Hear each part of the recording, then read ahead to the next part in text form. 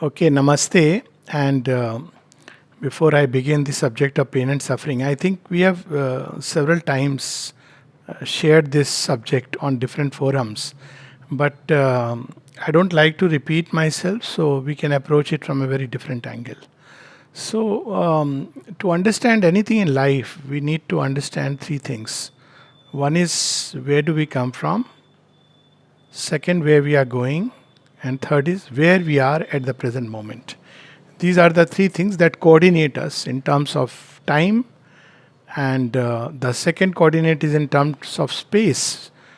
So, are we living in a material space, in a psychological space, or a spiritual space? So, this is the way we can orient ourselves, and from there we can understand all the rest. So, same thing applies to understanding pain and suffering because very often we are just at this present moment caught up in a volley of situations and circumstances, and we start drawing conclusions, inferences, building theories, systems about pain, suffering, ranging from the most materialistic theories to the karmic law and things like that. But if we understand, how things have begun and where they are tending to go, then it becomes much easier. So, the first thing we need to understand is that there is a general plan in life. It's not like each of us are on a all random journey. There is, yes, but at the same time, there is a general plan, and we can compare it to being in a big, large train. And in this train, each individual has his own freedom. There are several stops we can get down, get in. But this train is coming from one place A and going to place B. So, this is how the journey of life is. Apparently, it begins with matter. But if you really look at from the spiritual point of view, which is what we are trying to discuss, we want to understand what is the origin of matter itself. So that's how Indian spirituality begins. So matter itself is a condition of energy. And where does energy begin from? So it goes still one step backward. It starts from consciousness. So if we understand consciousness, we understand most of the things in this creation. So, how does it all begin? Consciousness is essentially two elements: knowledge and will. Everywhere we see, wherever, when we say that I am conscious, even at a partial level, it means I am aware. That means I have a certain knowledge. It also implies a certain intent. There is a certain will, direction in which I want to move. So, at the origin, when we turn to spiritual thought, and we can always have questions why and what is the evidence, all etc. But not going into all those details so that we conserve on time. So, the original consciousness, the one consciousness, the source, is called in Indian spiritual thought as the divine. So, we may use any term, we may use the word God, we may use the word the unknowable, it doesn't matter. We can use the word the being.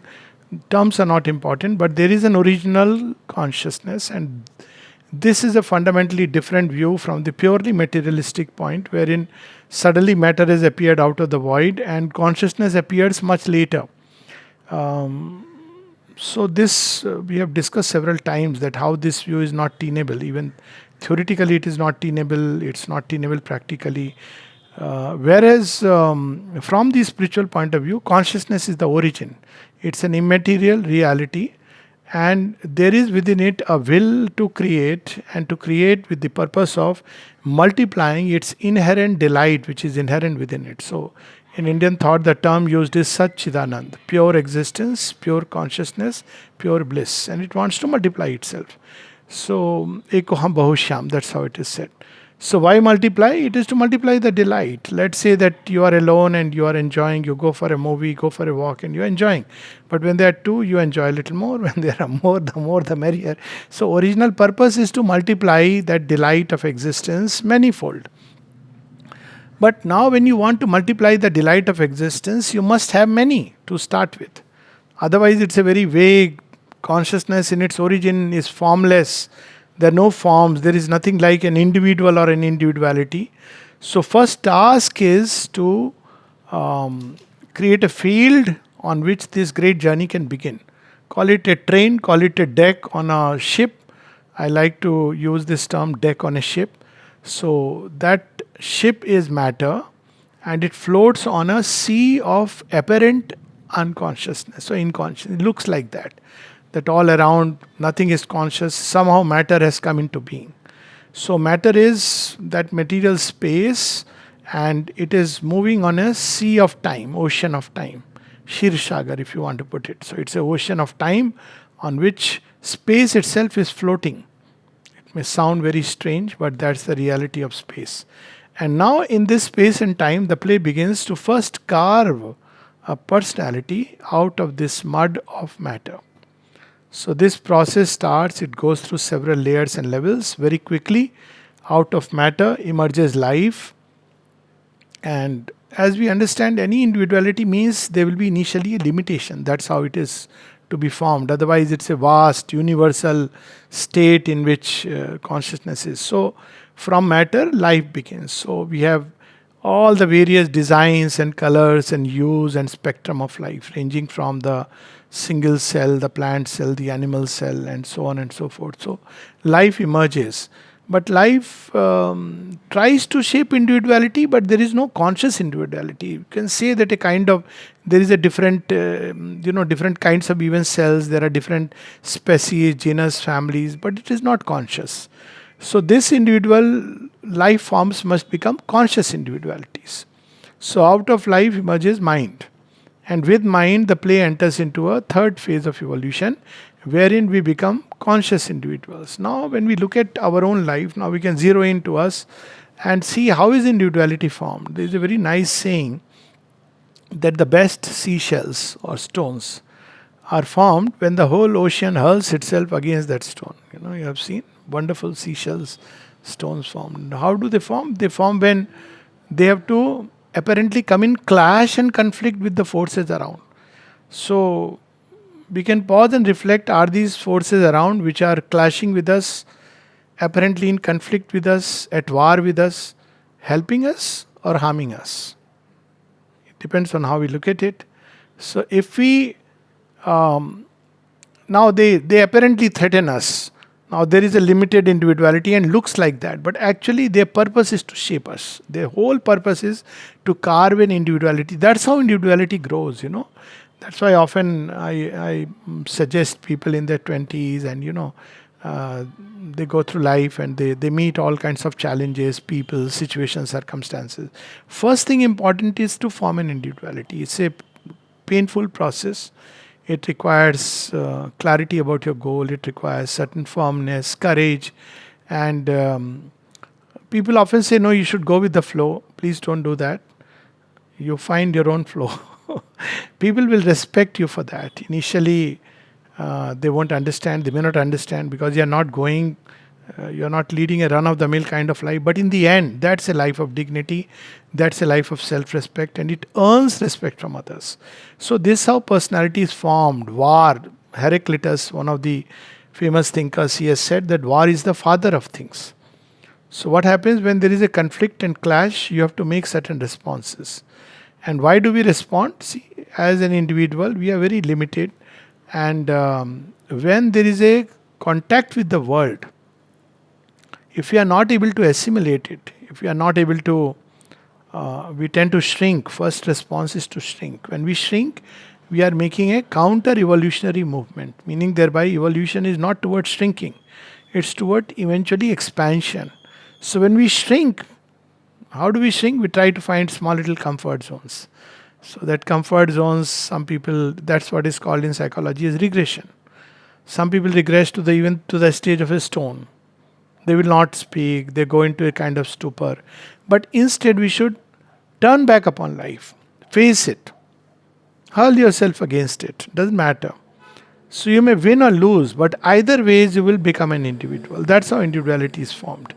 But if you shrink, try to find comfort zones, then we are not fulfilling the purpose of creation. First step is individuality. That original plan of Ekvam Bhaushyam comes later. First, each unit must become a conscious unit. So if somebody asks you about your choices, you should have your choices. That's something very beautiful about human beings, that human beings are given the privilege of choice. Animals are not given that. Animals are driven by instincts. Right? But human beings are given the privilege of choice. And through choices, we evolve and grow. So now where does pain and suffering come in this whole process? So there are these impact of currents. As I said, if you are in an ocean, there are different kinds of currents, some soft and gentle, some very strong, some that will uproot you, and through all this something is being shaped. So also in this world there are three kinds of currents. We can use the word lower currents and there are higher currents. So in the lower current there are three kinds of currents which impact us. They impact us through individuals, human beings.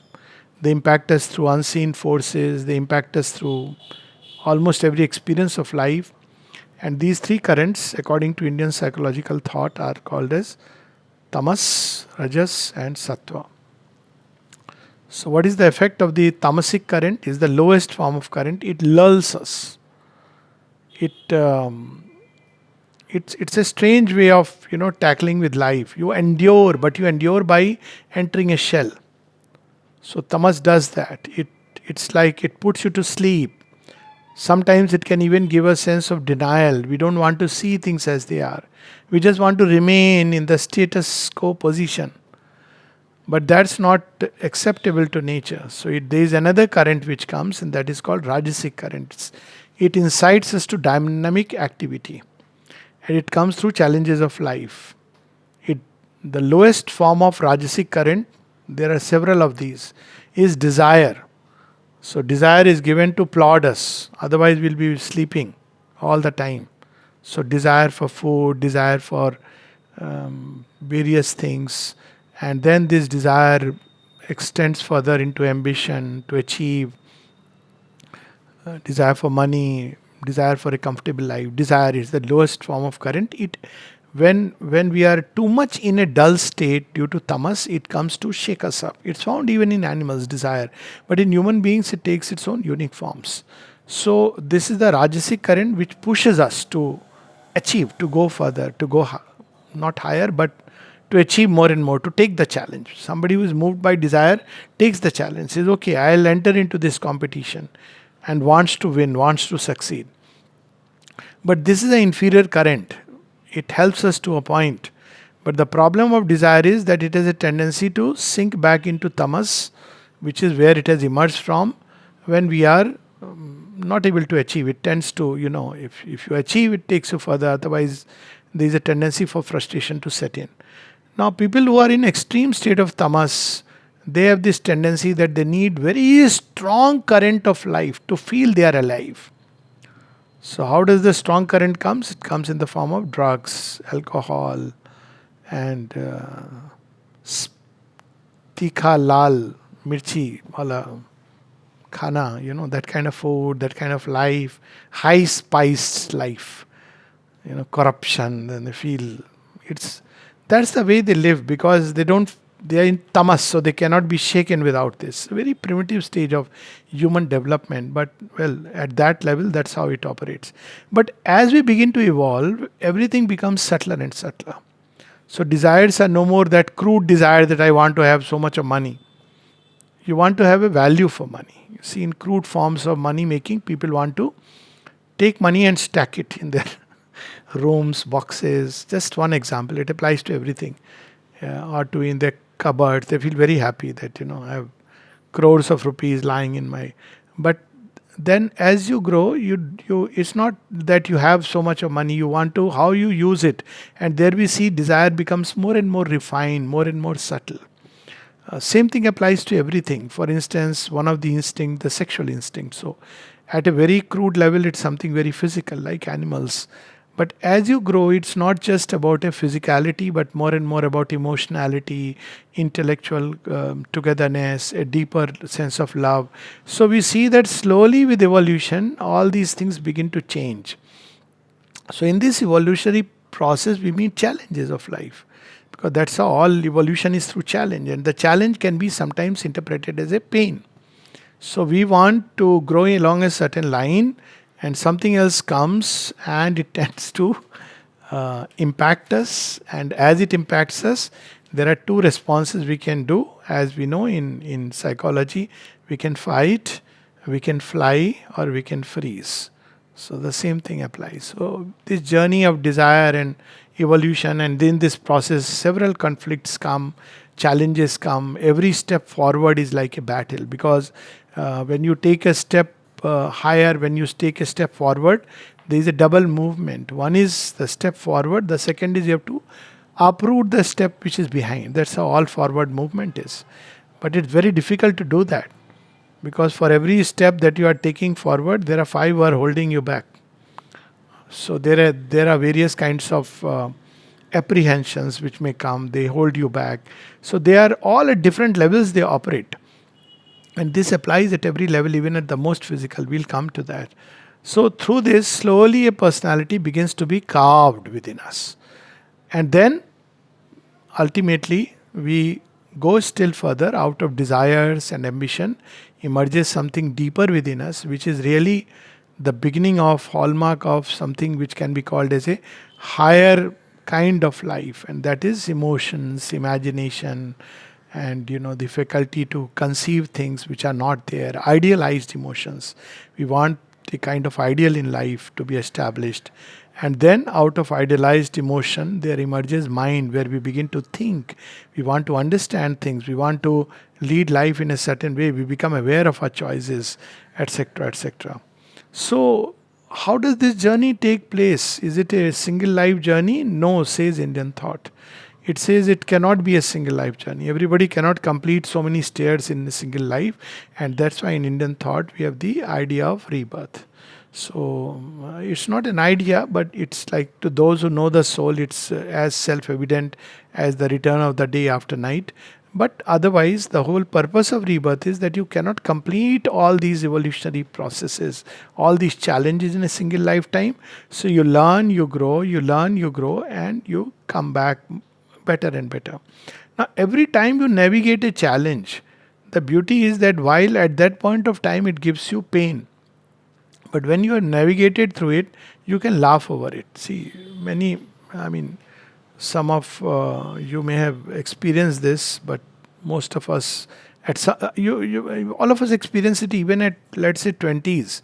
Say, for example, when you are going to the school for the first time, and when you are in studying for your class 10 or 12, it is like the biggest challenge in the world. Huh? If that doesn't happen, it's like world will come crashing down, or your first heartbreak and things like that. So that time it's like the whole world has come crashing down.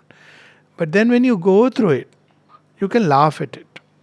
And when you're 40, you will have stories to tell. So that's how life is. Because you have grown through it, you can laugh over it. So what happens is, during that process, it causes intense pain, suffering. Why? Because you are unable to meet that demand that comes through the world current.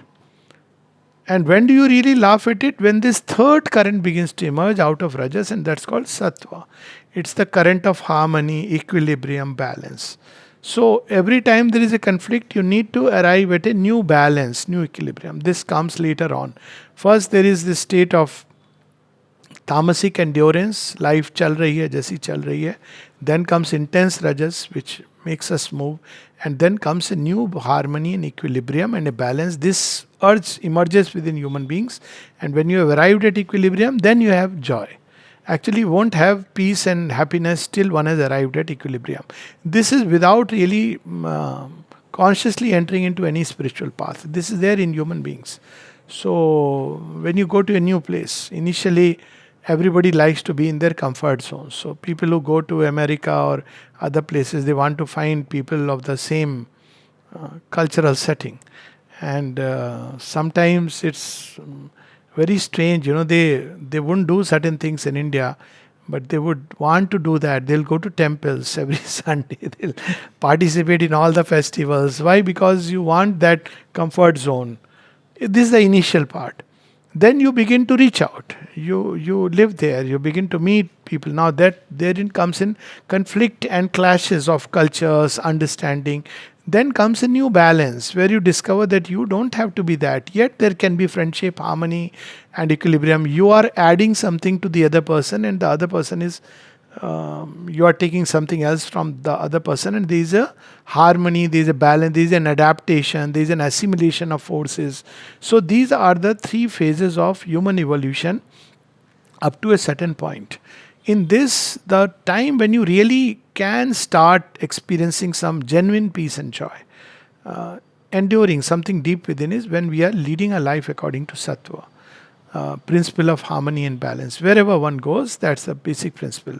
But it's very difficult in human nature to stay all the time with that. So time to time there is a drop back to tamas, and then rajas shakes us and sattva. So this is how the human cycle goes. So you see, even with physical nature, the body is in a state of balance and harmony, and the body experiences a joy. Then what happens? There is a challenge. Let's take that, the most physical level. The world impact falls upon it. The impact may come in the form of an adverse weather. So suddenly there is a storm. I don't know how to face it. So I feel like tempted to say that you can face it, and again, but it's overshooting the limit. But we can say that, okay, when there is a storm, when there is a cyclone, so what is the normal tendency? Oh, cyclone is coming, go indoors, shut the doors.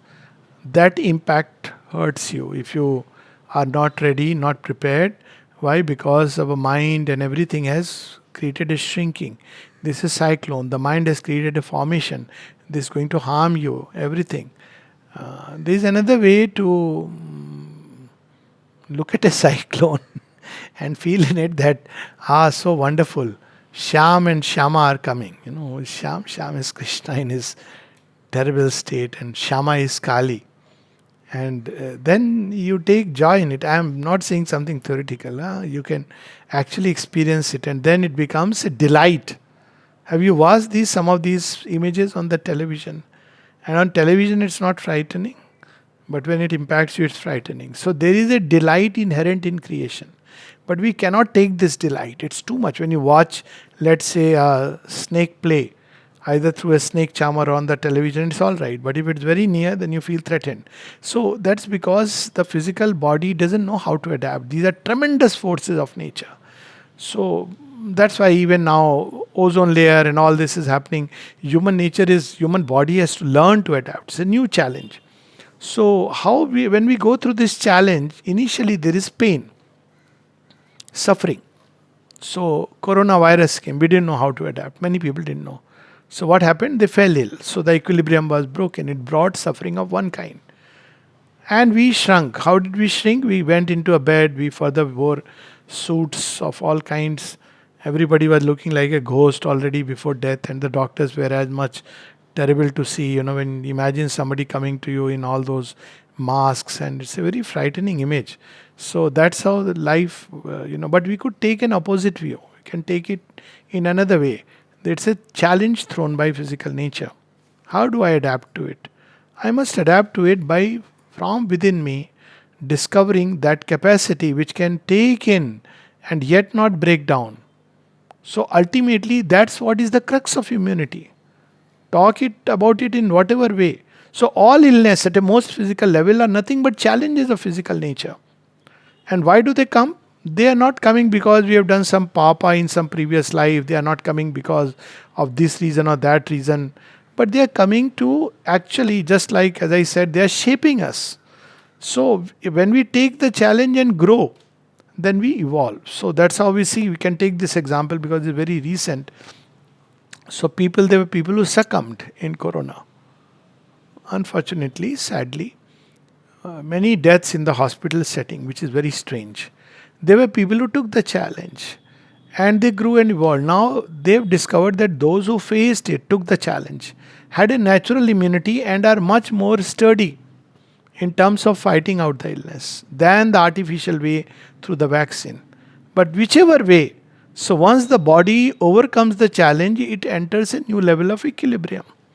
Then it is able to adapt to all kinds of things. So what has happened in the process? Your body has grown stronger, more capable.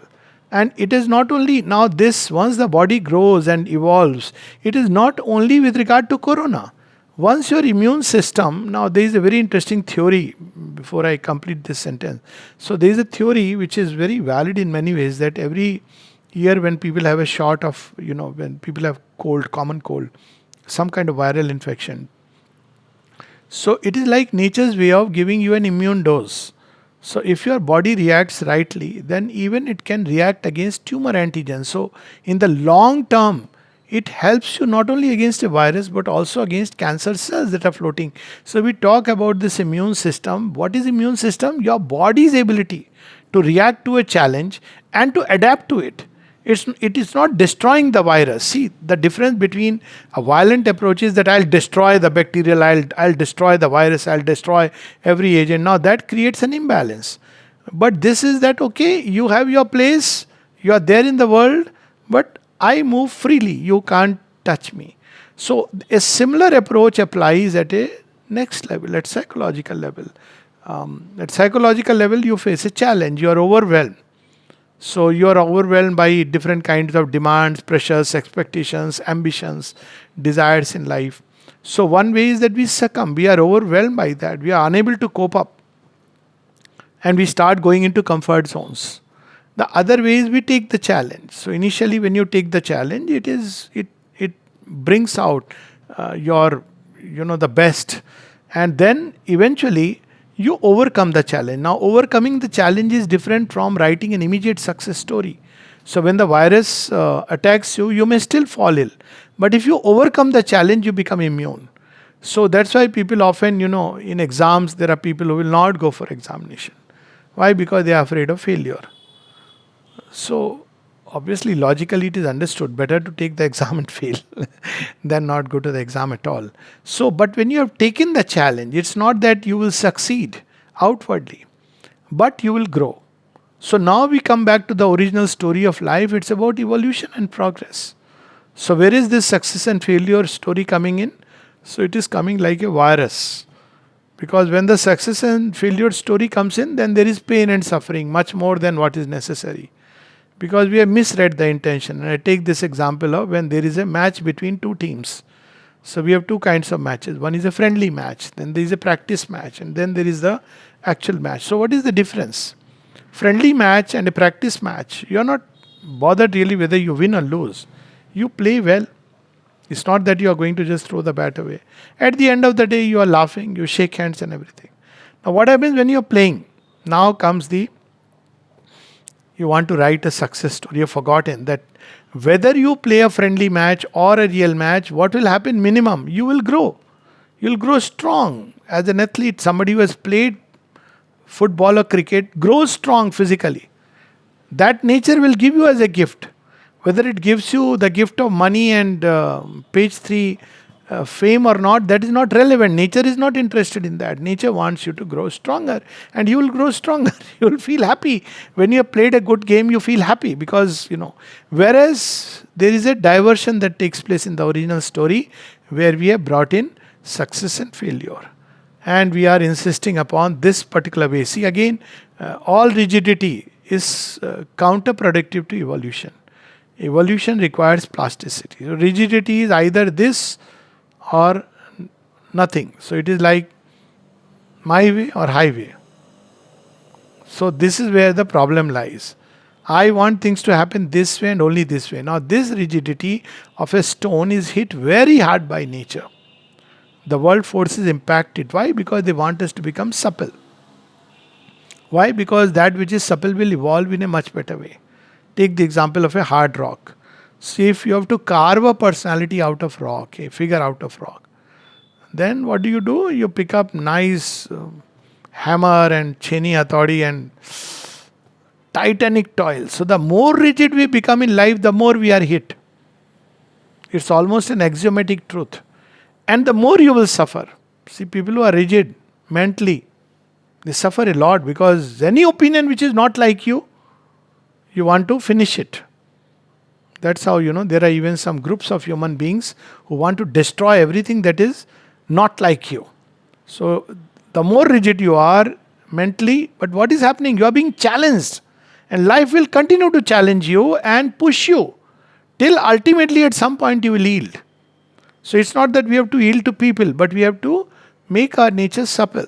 So, if we are very hard, if there are people who suffer, this is what is called as an acute egoistic illness, like depression. Why does it come? Sometimes for no reason at all. There is no need for suffering. Let's take, for example, you love somebody, and love is a big word, let me not profane it, but you like somebody. And then You want that person very badly in your life, and that person is gone. Okay, for whatever reason. Now you've gone into depression. Now, what has happened? You want that person and that person alone. But what are you really wanting? That person or what that person really stands for. So there is something called the intrinsic value of things. So you are really looking for the intrinsic value. Suppose because you have imagined, perceived that this person is this, plus, plus, plus, all the pluses we imagine in the beginning, then a minus crops up here and there, and then eventually we see a bundle of minus, isn't it? So basically, what are you wanting? You are wanting not that person for the sake of the person, but for what the person represents. If you have money which you cannot encash, you go to, that's why this experience always I have. You go to UK, you go to US, so they'll, change जो मिलता है ना, एक dollar is currency in terms of paper, and you have those nice nickel coins and other coins. They have no value here. You can't convert it. They don't accept. So you have to either use it, or if you are going later on, keep it for next visit. So it is something like that. So when we look at things, instead of there now, what is rigid standpoint when we are looking at things only outwardly? Whereas when we look at things inwardly, then we will discover we will be in for wonder. So that's called suppleness. So say for instance, somebody may be angry prone individual, and you're very, is so angry, and add an instance, for example, of a child who was had a conflict, not a child but a grown-up person with parents, and then eventually one reached that point that the parents were anger prone. They are not perfect people. Nobody is perfect, but then behind all the anger, still there was love. It's a very paradoxical form of love. There is love. So when you understand that there is love which is operating in this form, and what do? You are not worried about so much about the mask. You know that there is inside, there is something which is beautiful. Pick up that core. That's called suppleness, where you pick up those elements in creation which help you to grow. Because when you deal with that aspect in creation, whether it be people or, material nature or animals or anything, you grow wonderfully. So anywhere there is rigidity, be it emotional rigidity and or even emotions which are supposed to be so supple, they can take a very people are there who go into a shell, emotional shell. They don't like to understand then. Have you experienced this, that when you want to communicate with someone and the person says no? What is that? You've gone into a shell.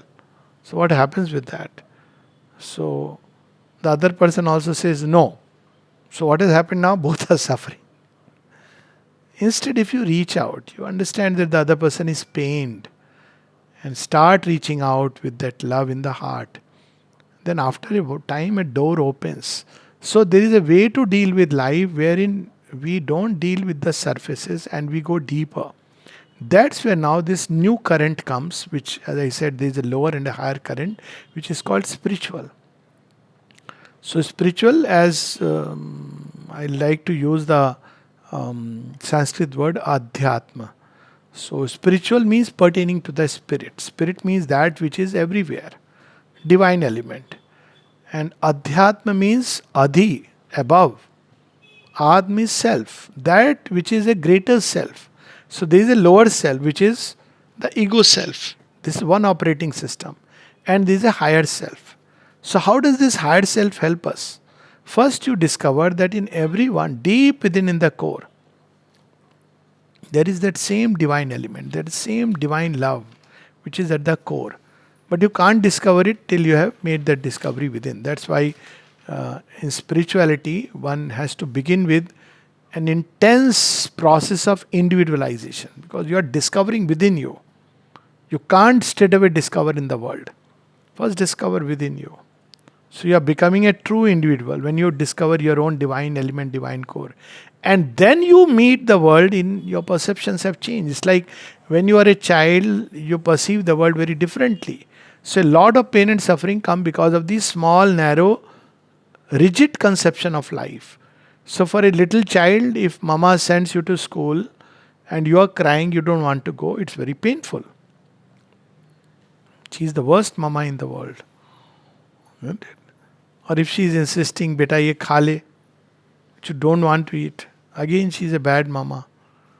If Papa is not all the time present because he has to earn money to make you have a livelihood, he's a bad Papa because you are just looking at the thing which is immediate. But why is Papa going far away, and why is Mama saying all this that she is saying? Because she loves. So, as you grow, you understand. That's why very often, what do parents tell their children? I seem to be taking too much side of parents. Okay, fine. I am both, huh? Both sides. Nothing like that. But what do parents tell to their children after a point of time? They say, बड़े होगे तो समझ जाओगे ना, सुना होगा ना dialogue ये. When you grow up, you'll understand. I also used to feel this is so stupid a dialogue, but actually it is true. you understand your parent only when you have your own child, then you understand कि okay, मैं भी ऐसे सताता था. So this is how all life is about growth and progress. If we understand this simple thing, life is about evolution. So where have we come from? We have come from the divine. So see, if my answer is I've come out of matter, so there is that intense struggle for where everything becomes hard. If I say that I have come from, as some philosophies say, somewhere in this universe had desire, and then you see in life a struggle for existence, you fight, you want to succeed, you want to win. Again, we have misread the script of life. But if you say that your origin is divine, so what is the minimum take home point from that? One, it's so wonderful. It doesn't matter what your outer parentage is.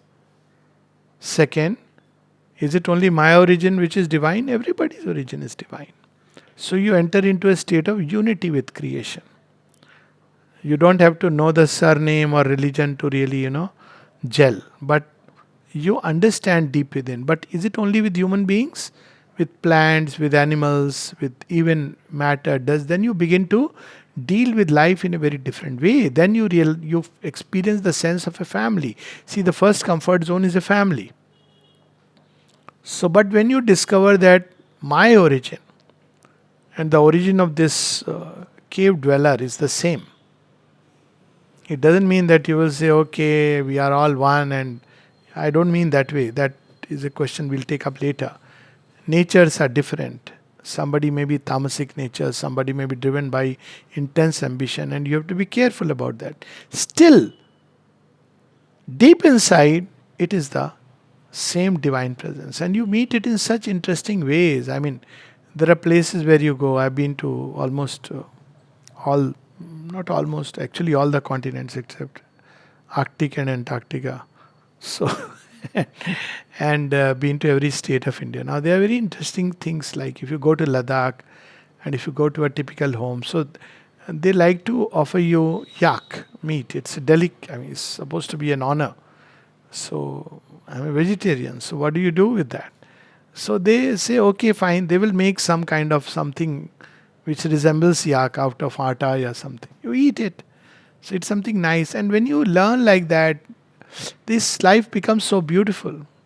That home is your home. Don't start claiming the home. But that home is your home. Every home is your home. Everybody is your own. Now you see consciousness is expanding. It's entering into that mode. First is individualization. Discover the divine self within you. Then you discover that in your origin, you and this creation and all the various people are same. Now you start the expansion. When we expand without this discovery of individualization, then we are thwarting the dream of Eko Ham Bahushyam. That's what people don't realize, who prematurely rush towards human unity. सब एक हैं. तो सब एक हैं, पहले तुम एक को तो रियलाइज करो. Unity comes from unit. Unity is not a nebulous state. Unity is a state when each individual is formed fully. During this formative period, there is a lot of pain and struggle and suffering. You just can't help it.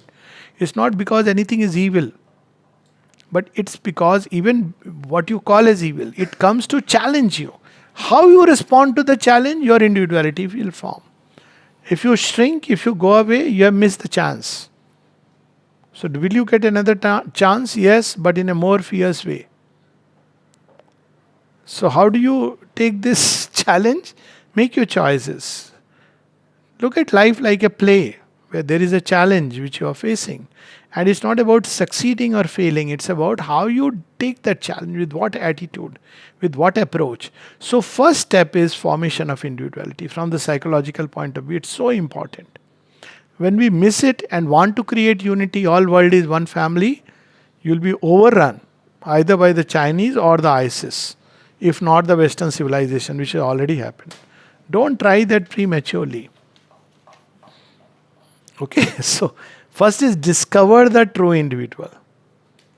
When you have discovered Shiva inside, then play with Nag.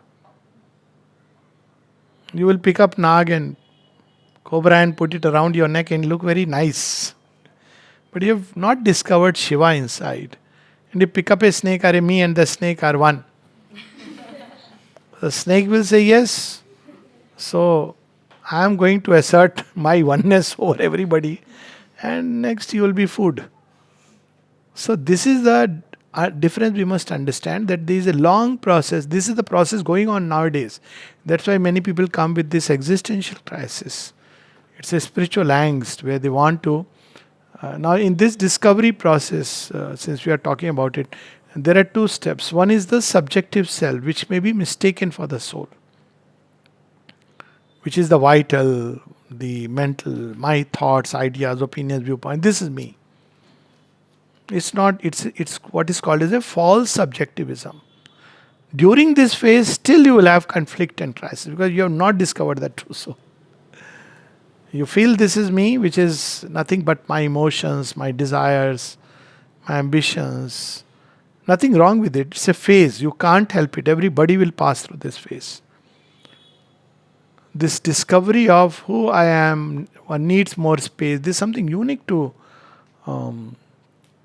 this or the previous century. It started with something very beautiful. Before that, mummy papa ने जो कह दिया वो करना है. Now, let me take side of children. So that was not a good way because you're not helping to form individualities. You're just making everybody go into the same mold. That's why the revolt started in 60s. We want no education. That's how the Beatles, the rock, and all these bands. It was one way of revolt. In India, it took another form. India, it took a much more beautiful form. In India, even revolt has at its basis dharma. So people quote the Gita. Dekho, Arjuna was told to stand up against what is unjust and untruth. Even if it is your chacha, tau, grandfather, guru, that's the Indian way of revolting. Whereas the American way of revolting is break all the molds of the past. Now that's dangerous because there is a spirit even in the past. You must take it forward.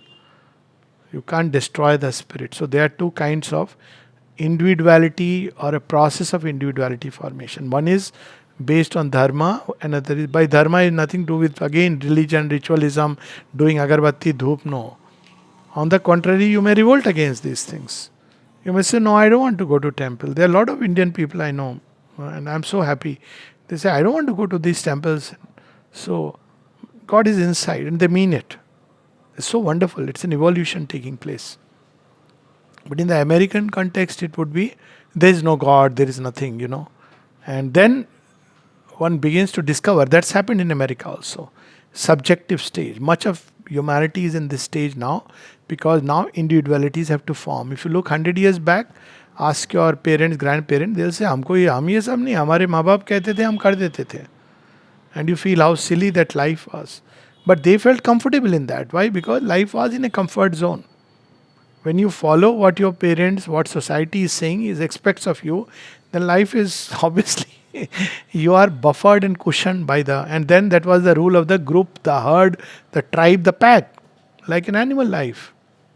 But now, because there is a need to become a true individual, this is the first step, and it's a painful process. That's why people are coming in conflict with the social norms, and they are rediscovering now. For instance, marriage is becoming dated. Sorry to say so, but it's true. And I'm happy about it. Why? Because now people say the basis should be love. You may marry, that's okay, that's a legal way, but love is important. It's not just about a legal bond. Yes, have a legal bond and other for practical purposes, but the real bond is inside, within you. That was the original purpose.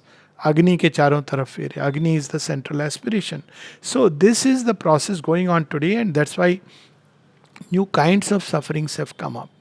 And this suffering is because there is an intense pressure to become individualistic. It is happening at the nation level also, but that's for later, not in this particular talk. So there is a false subjectivism where initially we say, there's a song no, in the 60s, 70s, 80s, I don't know. It was, मेरी जो मर्जी मैं करूँगा तुझको मिर्ची लगे तो मैं क्या करूँ.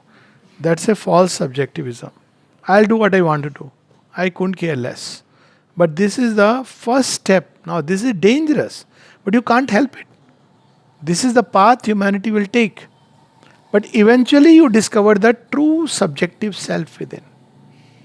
Self is always subjective. And when you say that this body is me, still, who is saying this body is me is a subjective self. So you cannot discover the self unless we are ready to confront our own subjective space. So objective is only a means of expression. Then we discover something very interesting. We discover that the body and matter is a means to express. Spirit is always subjective. It takes a form. So then we discover a new balance of nature. I am not a slave to matter and my body, but my body is a means to express. And I take this example. You have knowledge inside. How do you express? Through speech, through writing, all this. No? You have love inside. How do you express? You express by various ways. It takes a form. So the original thing is formless. When you discover that spirit inside, then there is an expansion that takes place, and the form, your individuality, becomes one of the means to express the infinity in a finite way.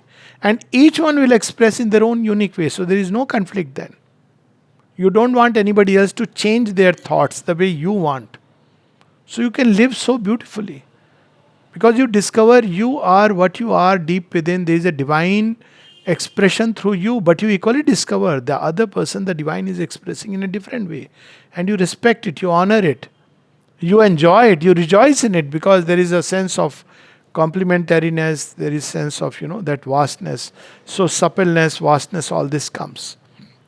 So the higher spiritual current reveals to us the truth behind all. It reverses our dealing with life. The lower currents are shaping the outer personality. This outer personality is dissolved with death, but there is something deep within which is still forming. That is carried on. But a time comes when the inner personality, the true being, is ready to manifest. That's when we realize that all this that was happening, which pained me, which made me suffer, was nothing but the strokes of the divine beloved. So what was he doing? He was shaping me. But I was just seeing the hammer and not the love behind. And as I evolve, so his ways change. When we are crude stuff, then the way is very crude. Then the world forces use hammer, iron hammer. As humanity grows, you see, one of the signs of a developed human being is he feels in a very subtle way. One becomes sensitive to the smallest things that are happening. You become sensitive to somebody else's pain. That's a sign of an evolving humanity, that it's not just your suffering. Crude humanity is only what matters to me. So then the divine methods are also very hard. If you live in that state that only me to myself, I don't care about the rest, you will be compelled to care. But as we grow and begin to take in the other's pain is more important to me than my own, then the ways are also gentler. He molds us in a way that we cannot even imagine. Like for instance, if we enter into that phase of evolution where others' suffering becomes our own, then he awakens in us compassion and love. Automatically, it's like an efflorescence. He doesn't give us a beating. He gently shapes us. थोड़ा बहुत sonar का जो goldsmith uses, that little tinkering. But if you are very crude, the beating is very hard. So this is the way when we understand the original plan that we are coming from the divine. We are caught in the middle of the current where we are halfway in the process of completing the divine becoming, meaning thereby we are cross between the animal and the God. That's what humanity is. Leg is deep into animality, heart and head is climbing towards divinity. That's what we are. So when we understand that we are caught in this moment in a state of transition, where are we going? To become conscious individual divinities. We start from a vast, universal or transcendent, call it whatever, divine state. And we end up becoming conscious divine individualities. In between, there is humanity. So, humanity is a transition between the animal and the divine, call it divine humanity or whatever name. Shubhinder has used the word superhumanity or superman or supramental being, doesn't matter. But as an individual, not merging back, like merging back, nirvana is an escape route. Similarly, people talk about pralaya. Pralaya is a kind of failure of a civilization. It shouldn't happen. So, if we understand that behind this my surface life there is a deeper plan, then we begin to make the moves which are needed. I understand that I am on an evolutionary journey. Then I will not get down from the train because if you don't complete the journey, you will experience pain. At every level, physically. Physically, too, we can evolve to a point where all the impacts can be really taken in and transmuted. And that's what supramental body is about. That's what Mother and Shubhinder said, that there will be in the future a new body which will take it all the impacts of outer nature and will be able to transmute it. So this is the process towards which we are tending. Life is offering challenges. These challenges, when we navigate successfully, consciously, when we are aware of the plan, it grows beautiful. We move from joy to greater joy, harmony to harmony, greater harmony. If we don't know, then we go through pain and suffering. The one hope for man lies in, as rapidly as possible, compressing and completing this evolutionary journey. Short of that, there is psychotherapy and psychiatrists. And completing this evolutionary journey is through yoga. Yoga is a means to complete your unfinished evolutionary curve. When one does that, then one is freed from pain and suffering, including the physical. There is a difference between having physical disease and experiencing suffering. So let me close with this sloka of the Isha Upanishad, one of my favorite one. Yasmin sarvani bhutani atme vabhut vijanata. He who sees the oneself becoming in all the becomings. Tatra ko moha ka shoka. Shoka is suffering, grief. Moha is delusional attachment. It's not like you have to live detached like a sadhu in the... No. Love is another thing, attachment is another. Tatra ko moha ka shoka ekatvam anu pashyata. Okay, so I think 1 hour is over. If someone wants to have some questions, you're most welcome. Namaste, Alokji. Namaste, namaste. Thank you for a wonderful. You said that pain and suffering comes because we are in this evolutionary process, and the forces from outside are coming. But is it the inherent part of this evolution process, or is it pain and suffering is coming because we are resisting this evolution? Okay, that's a wonderful question. Is pain an inherent part of the evolutionary process, or it comes because of resistance? Well, there are two ways of looking at the same thing. Pain's origin, if we go really from the spiritual point of view, its origin is before even creation has begun. Shobinda speaks of the tenebrous shadow of pain which is there in the inconscient. So let me explain that. that in creation, the moment you have space and time, and those who are familiar with Sri Aurobindo's terminology, it's the state of involution, where a consciousness enters into a state where it completely forgets itself and then it starts recovering. So, this state of apparent separation is a state of pain. It is not, it doesn't take words. So, there is this pain which comes, origin of pain is the sense of separation from the divine consciousness. And therefore, pain also becomes an index of how we are evolving. Every time we take a step for the moment, that level pain is taken care of. But yes, I would say instead of resisting or not resisting, the word should be to adapt and assimilate and integrate. Because non resistance can be of two kinds. One is where we just endure things, and people who endure things in a state of Thomasic indifference do not experience pain. But that's also not a healthy state. They are back into the inconscient where, it's like a stone like inertia. So pain comes to awaken us. So this itself becomes a resistance that I don't want to change. And people are very comfortable. You see, when people in old time, that villages they used to stay, they're very comfortable with life apparently, that so when electrical bulbs came, so they would say, nahi hum to kerosene lamp mein pade the, and very often you hear this and you say, okay, aapke liye hum kerosene lamp jala dete hain. So then people don't want that. So there is a state of non-resistance which is a state of inert endurance, indifference. That's not a healthy state. Non resistance is in terms of the divine pressure to change. So, if we don't resist the divine pressure, very rightly, we will just evolve. But that's what the mother and Sri Aurobindo and Sri Ramakrishna spoke of, the baby cat attitude. It requires that you are not really attached to anything. The divine takes you through an evolutionary journey and you are very happy. That Bulle Shah's famous one, Teri talwar ke niche mein nachiyan karke thaiyan thaiyan, that song which got distorted. But origin is that then I'm dancing below because I know my divine beloved is carrying me. Now that is really non-resistance taken to its heights. But here we are not resisting the evolution, we are not resisting the divine. Evolution became equivalent to moving toward the divine. We are attached to nothing, we cling to nothing, neither habits of the past nor ways of thought of the past.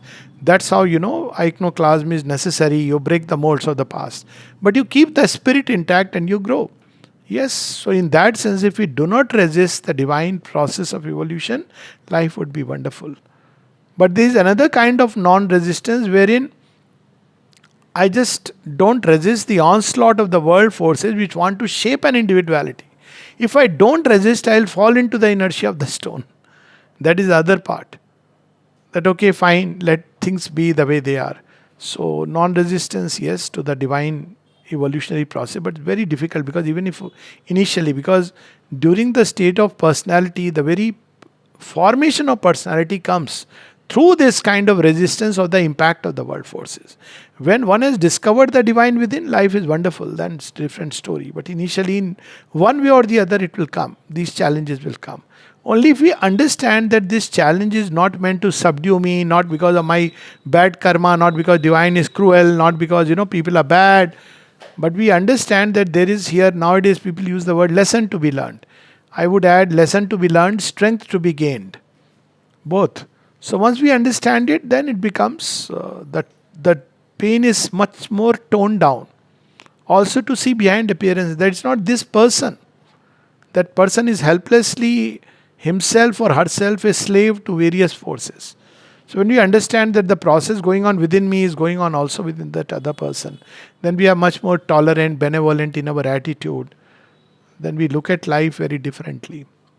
But main thing to remember is that we are on an evolutionary journey, and if at all we have to use the word go with the flow, it is only one way. Go with the flow of the evolutionary current, not with every kind of flow. Otherwise, we'll be like a football. Somebody says, come for an ice cream, I'm going with the flow. Another person says, ki, come there. So, go with the flow of the evolutionary current. It's leading us upward. That's what Agni means, aage, to move forward. Namaste, Alokji. Namaste. Uh, I don't in this question, but if I be able to frame it well. So you told something about the cushioning that the conditioning gives us, that the societal boundaries or the societal norms give individual. Now, amongst this, while being in the social conditioning, when we have those cushioning effects, one feels physically and mentally and emotionally protected and Yes. safe. And Yes. why we are one thinks of evolving, and two types of pain one can encounter. So one is that physical Yes. level, that pain is apparently more difficult to go through, and also there is this pain with the inner self of not accepting the evolution process or not going as Pooja rightly Yeah. said, resisting Yeah. to the evolution. Yeah. So there, how do we match up this? I mean, how do we balance it out, or Yeah. what is Yeah. it for a lay person? Yeah. Yeah. Yeah. Very true. So basically, it's about the, yeah, these the social, if we follow the societal norms and live according to that, there is a cushioning effect, a comfort zone which is created, and the other is where we follow the inner self and its evolutionary urge. So yes, so there are these 3 4 stages of human evolution. First is, of course, like the primitive human being who is living according to his desires. So that's obviously the most primitive. So society comes to curb that tendency. It comes to teach us and train us that, well, living just for your own sake is not the right way, not right in moral sense, but it's not the way that nature wants us to grow. So the first training of society is in a family, that there are family norms. Family norms are by larger norm, and etc. etc. But when that stage is over, that's a stage. Then there is the third stage, which is conscious individuality. Driven by desire, the lowest stage, there is nothing conscious, there is no conscious choice. We are just driven by all the forces of nature. Now, when we begin to make conscious choices and individuality, then we come in conflict with the society. And one has to go through it. Now, question of balancing is that, well, there is this art of doing things without, I'll give you some examples, without really creating too much of stir and problem around. For instance, in a social group or a family group, you want to do something and your parents and the society opposes it. So one way which is today, in today's times, which I find very good, is reason it out. Try to reason out why you want to do what you want to do. So you should yourself back with reason what you really want to do. Now, at some point, the parents or the society tends to react when they cannot really reason out what they are doing, and there is a kind of giving up attitude, a kind of बहुत ज़्यादा तर्क करता है, etc. etc. It doesn't matter. Reason it out. It will help them also to grow.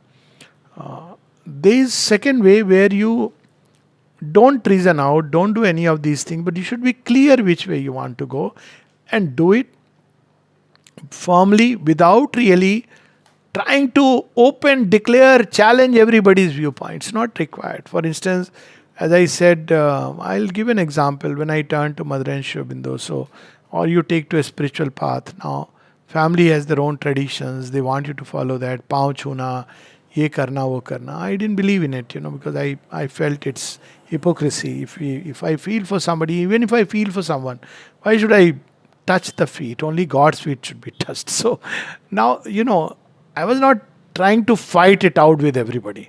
आप ये क्यों कह रहे हो? शुरू में ये भी किया है. I have realized that creates, I am not here to change them. They want to do it, but I won't do it. That's fine. So sometimes people will say कि मुन्ना पाँव नहीं छूता किसी का, ये नहीं. So once in a while when they would ask me, I would say yes, respect must come from inside. It's not something which should be imposed from outside. But it can be done without really getting into conflict. Also, we give others the right to be what they are, whatever their stage of evolution is. There are people who want to be in that social stage and follow all that. Cool, it's their life. So, as long as I understand what I want, still some degree of conflict will occur, especially in very close knit societies. There are very close knit society which are very afraid, and they don't want a member to escape from them. There will be fatwa and all that. This is a very close-knit society, very dangerous, hard. So they don't let a single person escape from the net. There are societies like the, very frankly, Indian societies, the Sanatan society, they are much more open and flexible. There are societies where they are completely loose, the Western society, go whichever way, like a loose cannon. So I think Indian thought found a way, and that should be respected. Is about there is a degree of individual freedom allowed according to dharma. So dharma was like, for instance, that if I just succumb to my desired self, then it was, there were people who tried to explain to me, this is not the route you should take in life. But if I was doing something which was, may not be appreciated by others, but was on the path of, was part of the larger evolutionary context, then it was acceptable. So something like that in Indian thought it was found. Second was along with the principle of graduality. So for each age there was a kind of dharma. For each group of humanity there was a kind of dharma. Though we have lost that now, that detailed superstructure and detailed structure of life, order of society, but still deep inside it exists as a kind of skeletal framework. So let's say if the people around Indian societies at least, they do understand if you try to explain and you put it across that what you are doing is really, it's inbuilt within India, at least Sanatan thought that it's inbuilt within. That if they know that you are really speaking, not going way off the mark, and there is a larger context in which you are living, most people are fine with it. This is what I found, at least about. I come from a traditional background, and my parents had only one thing: "Beta, marji se shadi karna, खाली वो Christian या मुस्लिम नहीं हो." I am being very Frank. बोले Christian भी चलेगी, मुसलमान नहीं होना चाहिए. तो अब ठीक है, it was but A flexible framework. उसमें कन्वर्शन का कोई इशू नहीं है. तो इस तरह का एक फ्रेमवर्क था कि भाई तुम पूजा कर रहे हो तो ऐसे कर रहे हो, वैसे कर रहे हो. So already there is a great degree of flexibility. Each one has to figure out depending on what your social context is. Now, because society itself is changing, contexts are changing, and most Indian parents that way do understand. I have found them in India far more accepting and adaptable. But if we compare to the Western parent, where it is like छोड़ दिया तुमको, अब वो दो extreme है, तुम्हारी जो मर्जी करो. अब वो I feel is as a group life, we should support the individual in his journey. So this is not supporting, because one goes towards drugs and things which are really dangerous. Another is the other extreme, ISIS kind of life. ऐसे पहनोगे, everything is decided and determined by the society. So I suppose that way the middle path already you find inbuilt within the societies which are based on dharma, which includes Sanatan Dharma, based even religions, Sikhism and Buddhism. They are based on the larger Sanatan Dharma, and it's something very beautiful. Already it's inbuilt. So, but reason out, that's how it is. But stepping out of comfort zone has to be done by the individual. It is a challenge one has to take, and it's worth taking the challenge. Otherwise, we don't really grow. And as parents, we should send our children. It was again there in Indian thought. Nowadays, people are beginning to practice it. That when your child is 11, 12, send on a kind of trip with friends. When a child is 15, explain to the child. The child should go once alone, travel alone. So you gradually release the freedom. It's not like, I don't understand this concept of 18 you are suddenly adult. It makes no sense. You progressively grow into adulthood. So that requires from the society side, parents and educators, you gradually grant the freedom. Freedom, anyway, you are nobody to grant somebody's freedom, but you equip the person to tomorrow learn how to fly with wings wide when the freedom will come. So it's a gradual process. If you understand it, life is beautiful. Don't give a shocker. Slowly, slowly, take your freedom and give to others the freedom which is our birthright. And Of course, each one has to figure out ultimately because the contexts are very different. Sir, there is a doubt attached to the same question. So there is this Yes. concept nowadays. I mean, a lot of people believe in it. There is a section of society which believes that there is a huge part of individuals who get into spirituality as a route of escapism or escaping from their sansaric duty, duties that you are supposed to perform, and that has put in such a block into people's minds that it's so difficult for somebody who's Yeah, yeah. genuinely interested in learning about themselves to make them Yeah, understand that no, it is an individual yeah. need. So No, no, absolutely, you're right. And I feel it's a very grave misconception, partly because of our own doing, partly because of the immediate past of India. See, this tendency towards spirituality as escape, the Mayavad, illusionism, into the silence of nirvana, sannyas, etc. Definitely, last maybe couple of thousand years has been very strongly imprinted, and the reason for that was partly because the entire social conditioning through which humanity was moving was very, very difficult.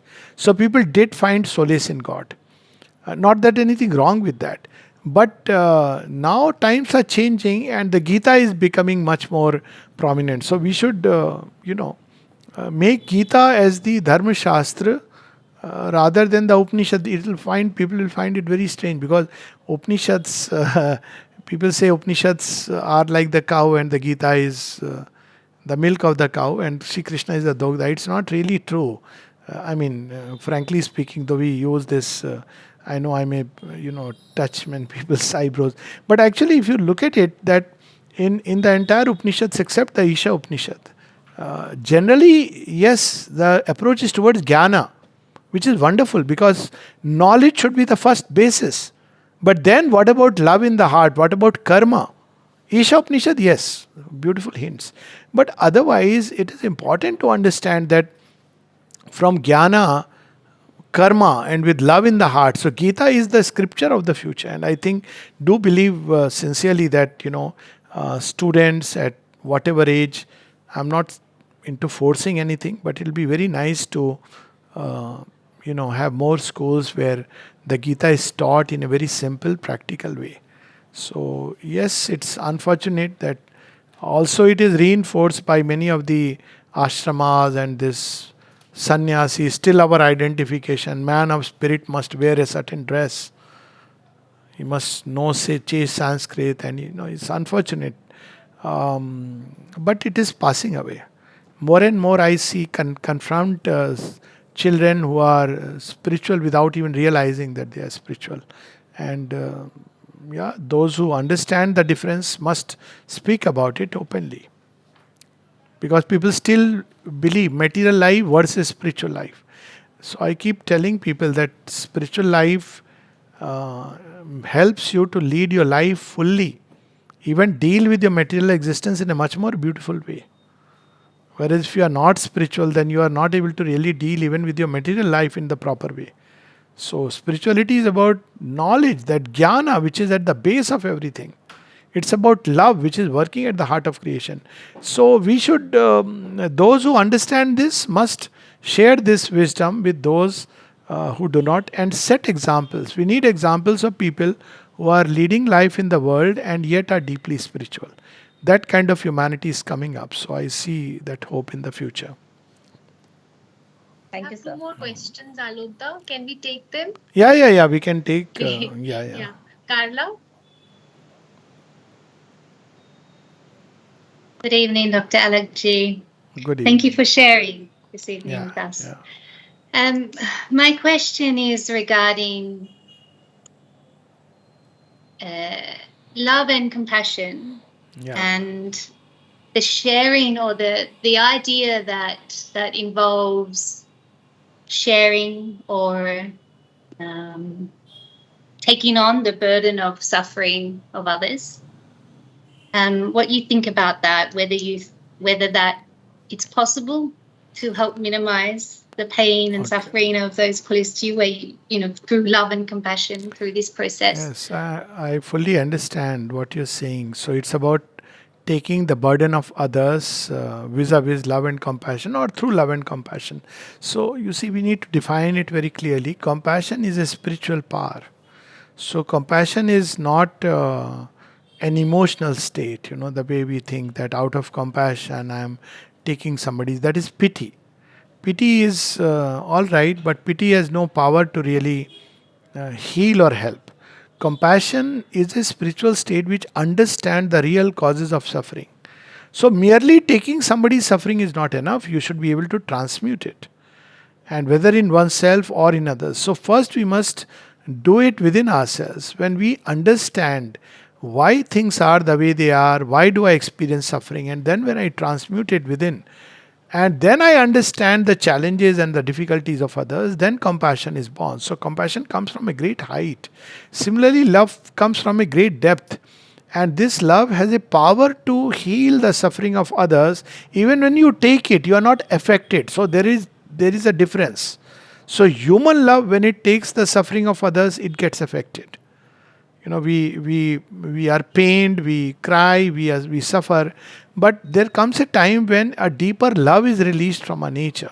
Take a actual example that there is someone who is taking in a course which is going to bring pain, and the person continues to take somebody whom you love humanly, and when the person is doing that, it makes you suffer. So what do you do now? Because you love the person, you have taken upon yourself unwittingly. But now what do you do next? Or somebody is sick, not even taken a wrong course, simply sick and is suffering. So you try to tend to the person and take upon the person's burden upon yourself. Now what do you do? Now if there is compassion and love, then what you do is you send a very deep, from the depths of the heart, the vibration of love, which envelops the person.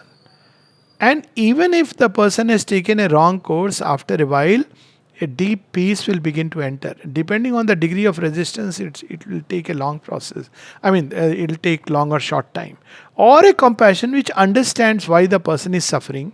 You don't give up on the person, but keep on, in whatever way you can, help the person to grow. Now, naturally, all this can only and only be done if we have discovered the divine individuality within ourselves. That's why one should understand that a premature taking up of these things will only multiply pain. So it's not good to take upon pain and suffering of others prematurely. What will happen? The other person was pained, I'll also pain. It's like chalo milke rote hain. So maybe for a moment you'll feel unburdened, but after some time, because the cause is not gone, it'll come back again. So an ignorant way of doing these things doesn't really help. It only multiplies misery. So though it seems apparently selfish in the beginning, that the person is focused upon one's own spiritual progress, but it is important to discover that, then you can come back and heal life. And I take the example of a doctor. You enter a medical school for 4.5, 5 years. Supposing in the first year you feel, "Arey, itna lamba course, why should I study all this? There is somebody who immediately needs a bandage," and you go and start putting bandages. You can immediately become a compounder, 3 months of course, and you start prescribing or at least dispensing medicine. Now you have missed the greater possibility of actually learning all about healing and then engaging. So there is a phase when we have to understand that there is pain and suffering in the world, but set yourself to discover the true causes. That's what Buddha did. Rather than apparently, say for instance, nowadays it comes, oh, somebody's child is suffering from leukemia, send money, and we know all that fraud that takes place. And so ignorantly when we do that in the world, instead of being a torch, that little flame which was developing inside gets covered. So the first task should be to develop spiritual strength, wisdom, love and true compassion. Then yes, we should go out in the world as torches that do not flicker, but remain stable despite all the appearances. So it depends on what stage one is. If one has discovered the true self, the soul, yes, by all means. If one has not, for the moment, focus on that. Understand the true causes of suffering. Pray. Till then we can pray that may suffering be gone from this earth. Do whatever little one can do, but do not take upon oneself or identify with that suffering, because it will only multiply the pain. It won't help. So that's how the process is. Take up one more question. Yes, Karthik. yes, one we can take. Karthik? Yeah. Alokji, Hi. Yeah. my question is, with respect to pain and suffering, is there any difference between pain and suffering? And what is the role in order to grow also? Is pain necessary? I mean, because of the current state we are in, we will be experiencing something. And what is the difference between there in the case of pain and is suffering something or holding on to something Yeah. because of that suffering? Yeah, so the difference between pain and suffering, though a lot of people use it interchangeably, but pain is typically it comes with the vital evolution. Animals have pain, but they don't have suffering because the mind doesn't add to it. So when a tiger pounces upon a deer, there is pain, but the family members of the deer momentarily they feel, but then they walk away, they are grazing there. So pain is something which comes with the awakening of the life force in matter. So because it deals with the world contacts and now it has to take the challenge. Matter itself, well, we can use the word subconscious pain in matter also, but by and large matter, because why? Because it is inert, so it just endures. It can endure endlessly, but life impulse tends to act upon the world, and in the process it experiences pain, the same touch. And let me give an example between pain and suffering with this analogy. You're walking on the road and you experience a big push behind, or something like a slap, thapdi from behind. So what happens initially? That reaction, like a pain. Then you look behind and you see it's your friend. What happens? It changes into joy. So suffering comes with the mind, which tends to play with that pain, aggrandize it. It wants to wallow in misery. It exaggerates things much more than what it is, or it can also diminish. Mind can play the role both ways, as the Gita says, "Atme Atmano Bandhu Atmane Ribur Atmana." So it can either augment the pain by many degrees, amplify it, or it can diminish it. So suffering comes with the awakening of mind in matter.